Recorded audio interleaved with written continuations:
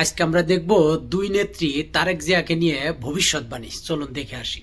তারেক রহমানের দেশে ফিরে আসাকে ঠেকাতে পারবে না ইনশাআল্লাহ।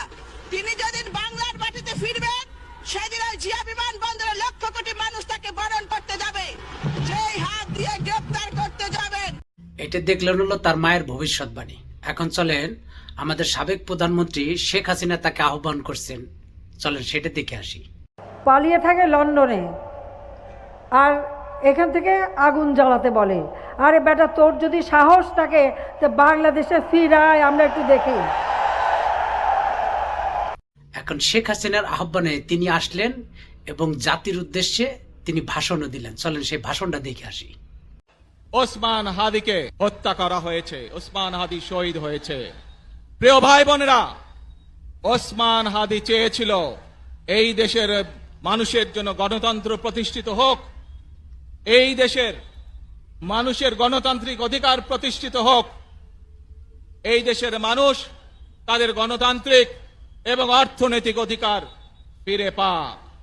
আজ 24-এর আন্দোলনে যারা শহীদ হয়েছেন, ওসমান হাদি সহ 71-এ যারা শহীদ হয়েছেন, বিগত স্বৈরাচারের সময় বিভিন্নভাবে খুন গুমের শিকার হয়েছেন, এই মানুষগুলোর রক্তের ঋণ যদি শোধ করতে হয়, আসুন আমরা আমাদের সেই প্রত্যাশিত বাংলাদেশ গড়ে তুলব, যেখানে আমরা সকলে মিলে কাজ করব, যেখানে আমরা সকলে মিলে আমাদের প্রত্যাশিত বাংলাদেশকে গড়ে তুলব। আপনি সবই তো দেখলেন, আপনি তো রাজনীতি করেন, আপনি কি বুঝলেন? রাজনীতি হলো রাজার খেলা। এটা রাজারা খেলে, আর শিক্ষিতরা এটা নিয়ে চর্চা করে, আর বুদ্ধিমানরা এটা নিয়ে গবেষণা করে, আর অশিক্ষিত মূর্খ যেগুলো আছে সেগুলো এই রাজনীতি নিয়ে মারামারি কাটাকাটি করে। তা আমি যেটা বলবো বাংলাদেশের সমস্ত রাজনৈতিক দলগুলোকে, যে হিংসা প্রতিহিংসার এই রাজনীতি আপনারা বন্ধ করেন। এই হিংসা প্রতিহিংসার রাজনীতি যতদিন আপনারা বন্ধ না করবেন, ততদিন আপনারা তো ধ্বংস হবেনই, সাথে জনগণকে নিয়ে, দেশকে নিয়ে ধ্বংস হয়ে যাবেন। আর হিংসা প্রতিহিংসার রাজনীতি শুধু একটা দল কিংবা কোনো নেতাকে ধ্বংস করে না, পুরো জাতিকে ধ্বংস করে।